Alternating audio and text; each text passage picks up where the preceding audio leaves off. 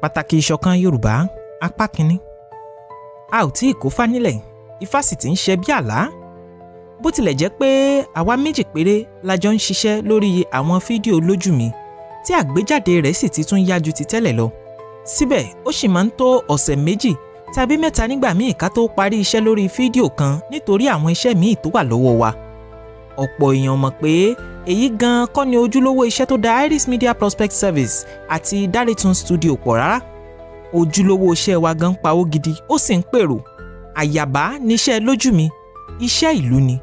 A ò sì rí nǹkan míì lórí ẹ̀jọ́ àdúrà àwọn olólùfẹ́ àti èpè àwọn akúrí èèyàn tí ò lè dánú rò fúnra wọn. A sì ń ṣiṣẹ́ lórí fídíò níbo ni só ti ń rùn ní ìṣẹ̀lẹ̀ òkè ọdẹ ṣẹlẹ̀. Mo wo fídíò ààrẹ Lájí Àbáàsì tó ń tara tó sì ń kígbe pé kí ni àwọn ọba àti àwọn olórí wa ń wò lórí ohun tó ń ṣẹlẹ̀ yìí. Mo rí fídíò Yorùbáwuyì tó ń tara tó sì ń ṣépè fún àwọn aláṣẹ ìpínlẹ̀ Kwara tí wọ́n ń wòran gbogbo wàhálà tó ń lọ yìí. Inú bí mi, inú mi ru.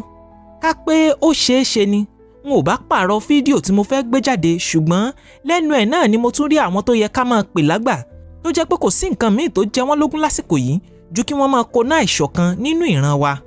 Ṣé ká ní wọn ò níròònú ni àbí ohun tí wọ́n ó jẹ náà ni ò jẹ́ kí wọ́n gbọ́n?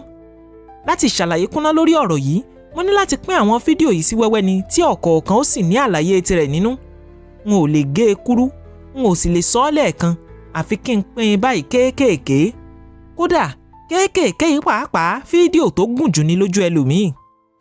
Ẹ wá gbọ́ o, bí Ọlọ́run bá ní kí àwọn alágbára tí wọ́n ń jẹ nídìí mọ̀dàrú pa mí lẹ́nu mọ́ kí n tó rí àwọn ọ̀rọ̀ mi sọ tán, yálà nípa ikú tàbí àhámọ́, kẹ́nikẹ́ni má ṣọ̀fọ̀ mi o. Bó bá jẹ́ inú àhámọ́ ni wọ́n tì mí mọ́, ẹ má sáré láti tú mi sílẹ̀. Kódà bó bá ṣeé ṣe ẹ gbàgbé mi síbẹ̀ ráúráú. Ọmọ arúgbó ni mí, a sì pọ̀ lọ́wọ́ àwọn òbí wa dáadáa. Ọmọ aláìníyàá láyé ni mí, bàbá tó kù sì ti dàgbà débi èèyàn ń dàgbà dé. Pẹ̀lú ògo Ọlọ́run láyọ̀ ni wọ́n ó rebi àgbà ń rè lásìkò yòówù tí Ọlọ́run bá kọ. Ẹnìkan ò ní jẹ́ kí wọ́n gbọ́ bí kinní kan bá ṣe mí, ọmọ wọn rè dálẹ̀ làwọn àgbà tó kù nílẹ̀ ó máa sọ fún wọn. Torí ìdí èyí, bí wọ́n bá gbé mi, ẹ gbàgbé mi, bí wọ́n bá sì pa mí ẹ mọ̀ lẹ́ fẹ́ rán ró. Ohun tí mo tẹjú mọ́ ni kẹ́ túbọ̀ bẹ̀rẹ̀ sí í tọpinpin. Ìwé ìtàn tí mo kà tó sọ mí dakin ni kẹ́ ẹ rí i dájú pé gbogbo ọmọ yín kà. Ẹ ṣèwádìí ibi tá a ti ń bọ̀ gẹ́gẹ́ bí ẹ̀yà láì tẹnu ẹnìkan ṣoṣo gbọ́rọ̀.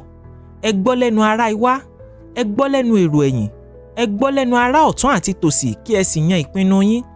Ibi yòówù tí Yorùbá bá fẹ́ dojúkọ lásìkò náà, ẹ rí i dájú pé ohun kan ṣoṣo la fi sọ̀rọ̀. Bóyá iwájú la fẹ́ lọ ni àbí ẹ̀yìn, bóyá ọ̀tún ni tàbí òsì. Kódà bí ikú bá ń dúró dè wá níbi yòówù tí a bá ń ya lọ gẹ́gẹ́ bí ẹ̀yà, bó bá rí wa tí à ń kọ̀wọ́ rìn bí ọmọ ejò yóò sá lọ pátápátá ni. Nígbà tí wọ́n ó dá Nàìjíríà tí a wà nínú ẹ̀ yìí sílẹ̀, àwọn tó dá a sílẹ̀ kò dá a sílẹ̀ gẹ́gẹ́ bí orílẹ̀-èdè. Wọ́n dá a sílẹ̀ gẹ́gẹ́ bí àjọṣe tó nílò àyẹ̀wò ojoojúmọ́ kó tó lè máa tẹ̀síwájú ni. Torí wọ́n rí i pé gbogbo àwa táwọn kójọ sínú orílẹ̀-èdè kan náà yìí kì í ṣe èèyàn kan náà. Yàtọ̀ sí èdè àti àṣà wa tó yàtọ̀, ìwà àti àfojúsùn ẹ̀yà kọ̀ọ̀kan yàtọ̀. Pẹ̀lú àwọn ohun tí mo kà nípa Nnamdi Azikiwe tó jẹ́ aṣojú àwọn olóṣèlú ilẹ̀ Ìgbò, ohun tí mo rí nínú àfojúsùn rẹ̀ ni pé ó ń wù láti dá Nàìjíríà tí yóò jẹ́ orílẹ̀-èdè elédè àti àfojúsùn kan ṣoṣo.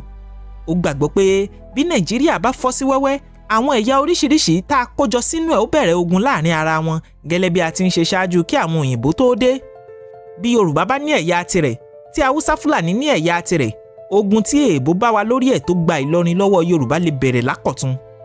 Ṣùgbọ́n láti ṣẹ̀dá orílẹ̀-èdè Nàìjíríà yìí yóò ní láti pa gbogbo orúkọ, èdè àti àṣà ẹ̀yà tó kù rẹ́ láti dá Nàìjíríà tí yóò ní àṣà, èdè àti ohùn kan ṣoṣo. Àwọn olóṣèlú ilẹ̀ Haúsá tí Sir Ahmadu Bello Sokoto ń ṣe adarí wọn ò gba ètò yìí wọlé rárá. Gbogbo tí Nnamdi Azikiwe ń sọ pé ká gbàgbé àwọn ohun tó yẹ ẹ̀yà kọ̀ọ̀kan sọ́tọ̀ ká di ẹ̀yà kan ṣoṣo. Ohun tí àwọn Haúsá Fúlàní rán wọn létí ni pé a ò lè gbàgbé ìyàtọ̀ tó wà láàrin wa o. A ò kì í ṣe èèyàn kan náà. Èdè wa yàtọ̀, àṣà wa yàtọ̀, ìwà wa yàtọ̀, ẹ̀sìn wa gan yàtọ̀. Kò sí bí a ṣe fẹ́ jọ kó ara wa sínú ilé kan náà tí ìjà ò ní dé. Ohun tí àwọn ò mọ̀ ni pé ó ṣeé ṣe kó jẹ́ pé àfojúsùn Azikiwe ní láti pa àwọn ìyàtọ̀ tó wà láàrin wa ìrẹ́ pátápátá tí orúkọ àwọn ẹ̀yà tó kù ó dohun ìtàn. Tàbí kó ṣeé ṣe kí wọ́n mọ̀ kí wọ́n sì lòdì sí i. torí ẹ̀rù àwa ará gúúsù tá a kọ́kọ́ kàwé tẹ́ èbó gbé wá ń bà wọ́n pé bí a bá da ìjọba wa papọ̀ gẹ́gẹ́ bí ọmọ orílẹ̀-èdè kan ṣoṣo, Yorùbá àti Ìgbò ni ó wà ní gbogbo ètò àkóso tí yóò máa darí ilẹ̀ wọn.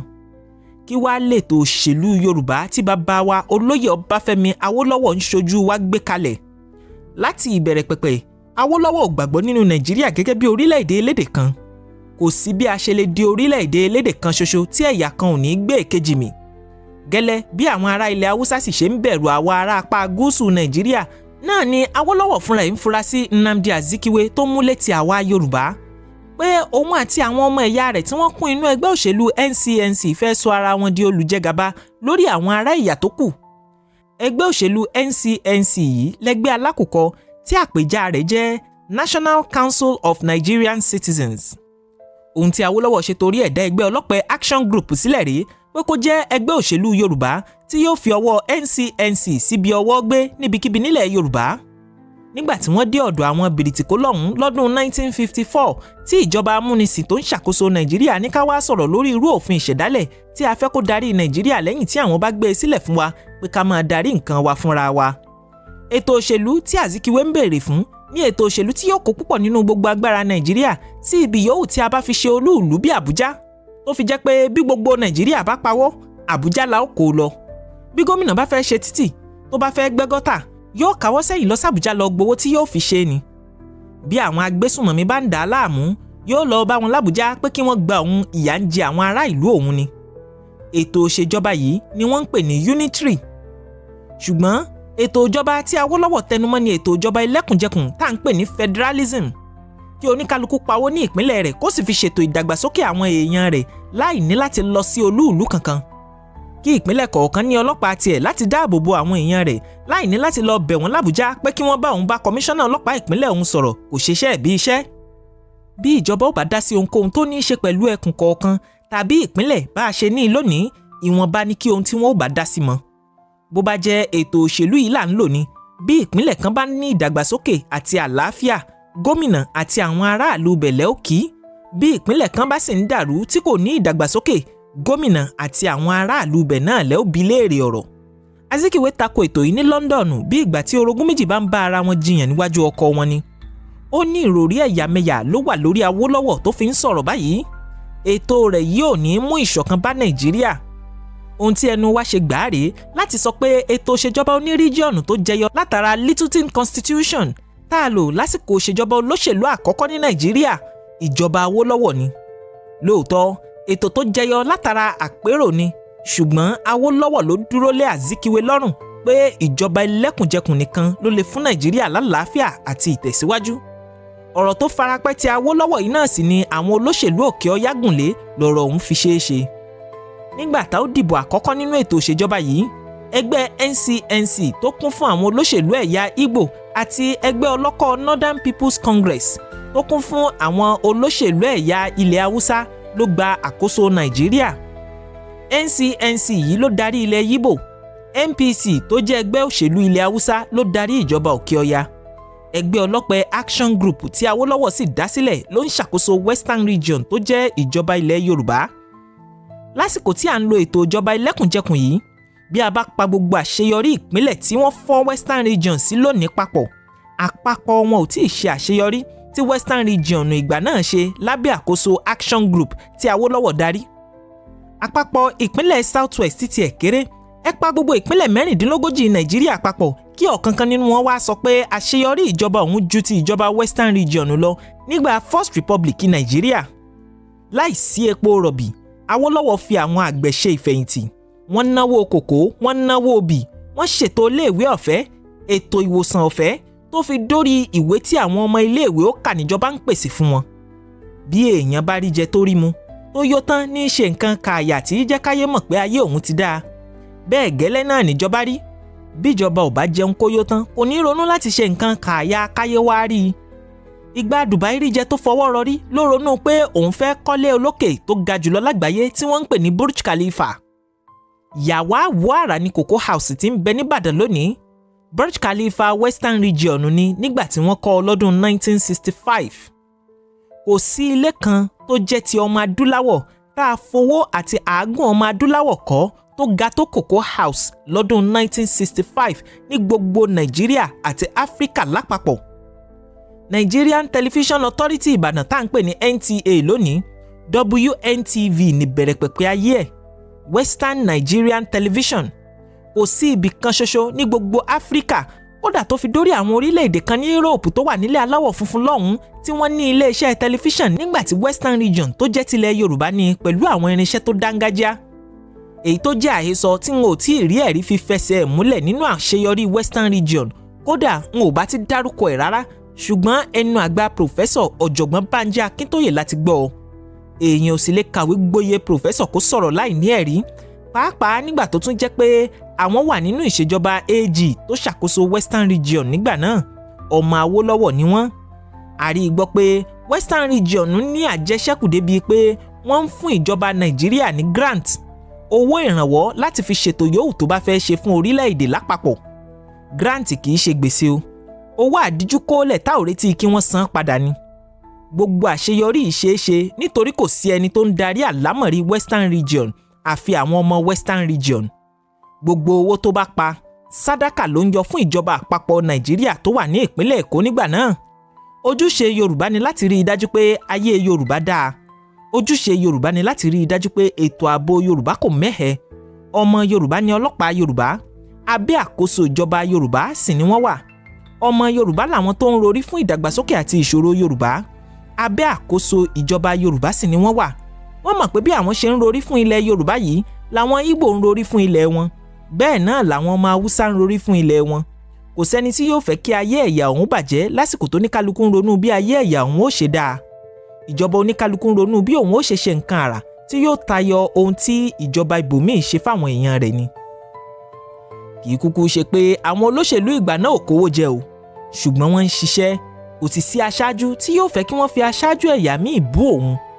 Ohun tí ètò ìjọba ẹlẹ́kùnjẹkùn fún wa rèé, ohun tí Awólọ́wọ̀ fojú sùn rèé, ṣùgbọ́n Nnamdi Azikiwe kò fẹ́ rárá.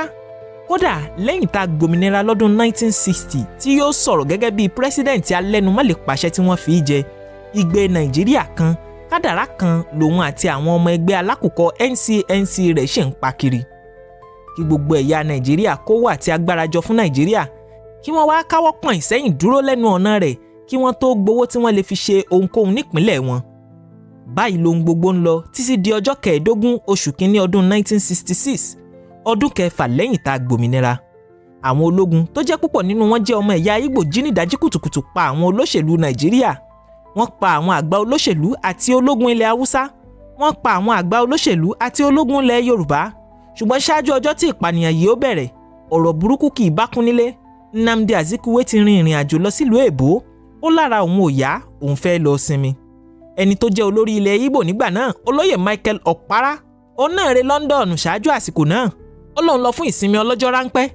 Pataki nínú gbogbo àwọn olóṣèlú ilẹ̀ Ìgbò ló mórí bọ́ níbi ìdìtẹ̀gbàjọba yìí. Àwọn àgbà olóṣèlú ẹ̀yà míì ni àwọn ọmọ ogun náà pa. Lágbára bá bọ́ sọ́wọ́ olórí ológun Nàìjíríà lásìkò náà, Aguiyi Ironsi, tóun náà jẹ́ ọmọ Yíbò. Wọ́n ní kó wá gbàkóso Nàìjíríà, ọ̀rọ̀ ti kúrò ní ohun tó lóṣèlú lè ṣe. Ẹ̀yin ará, bí agbára ṣe bọ́ sọ́wọ́ ológun rèé o. Ní sójà bá pàṣẹ pé kò sí ohun tó ń jẹ́ ìjọba ẹlẹ́kùnjẹkùn tó ní kálukú ń dá kelúkelú lọ́dọ̀ ara rẹ̀ mọ́. Ìjọba ti di ti Nàìjíríà, gbogbo agbára ti di ti Nàìjíríà. Nàìjíríà ni ó máa bọ́ gbogbo ẹkùn tó kù. Nàìjíríà ni ó máa darí gbogbo ẹ̀yà tó kù. Ohun tí Nàìjíríà bá sọ ni ó darí àlámọ̀rí gbogbo ẹ̀yà Nàìjíríà. Èyí tó farajọ ètò òṣèlú tí Nnamdi Azikiwe àti ẹgbẹ́ tó kún fún àwọn ọmọ ẹ̀yà rẹ̀ ti ń pariwo fún kí a tó kúrò lábẹ́ àwọn bìrìtìkó. Bí ogún Yorùbá àti tàwọn ẹ̀yà tó kù ṣe di ti Nàìjíríà rèé títí dòní o. Tí a ò ní àkóso lórí owó wa, ètò ààbò wa àti ìdàgbàsókè wa. Bí ìjọba Yorùbá ṣe kú rèé tí ìjọba Nàìjíríà sì dìde. Ìṣòro Yorùbá kì í ṣe ohun tí àwọn ọmọ Yorùbá nìkan lè dá ronú lé lórí mọ́. Ohun tí Nàìjíríà bá sọ lábẹ́ ògé nílẹ̀ Yorùbá tiwa lónìí. Níbí ni wọ́n ti dánu dúró kí fídíò yìí má bàa gùn jù. A ó máa tẹ̀síwájú nínú apá kejì pàtàkì ìṣọ̀kan Yorùbá. Ẹ má gbàgbé pé iléeṣẹ́ méjì ló wà lẹ́yìn àwọn ètò olójú mi. Iléeṣẹ́ Iris Media Prospect Services àti Daretun Studio. Ọ̀dọ́ aláìní nǹkan kan ló wà lẹ́yìn àwọn iléeṣẹ́ méjèèjì yìí tí à ń fi àìní wa ṣiṣẹ́ fún ìdàgbàsókè ìran Yorùbá. bí ẹ bá gbádùn àwọn ètò wa tí ẹ sì ń fẹ́ kó máa tẹ̀síwájú ẹ lè fi owó ìrànwọ́ yín ránṣẹ́ sí àkáǹtì Moneypoint Iris Media Prospect Services lórí 6490559874 ẹ sì lè fi sí àkáǹtì Moneypoint Daretun Studio lórí 6607588454 ẹ ṣeun bí ẹ ṣe ń ràn wá lọ́wọ́ ọmọ aráyé ò ní pa ohùn mọ́ agogo wa lẹ́nu o. Láti fèsì sí fọ́nrán yìí tàbí ọ̀kankan nínú àwọn fọ́nrán lójú mi ẹ lè kàn sí mi lórí +2348085548868 tàbí kí ẹ fi àtẹ̀jíṣẹ́ ránṣẹ́ lórí babatundekoga@irismedia.com.ng. Musa Babatunde Koga lórúkọ tèmi o. Òjò ni mí ń ò bẹ́ nìkan ṣọ̀tá ẹni ejírí lè jí ń pa àrá ni mí ń ò bẹ́ nìkan ṣọ̀tẹ̀ ẹni bá dènà dèmí ni ó rí jẹ́ àràbà ń bí onígbà ọ̀tá. Ojú tí mo fi róhun tó ń lọ láwùjọ wa rèé o. Ìyókù tún dọjọ́ mi ìta àyè bá gbà mí níbi tẹ́nu mi ó ti lè rọ́rọ̀ sọ. Ire o.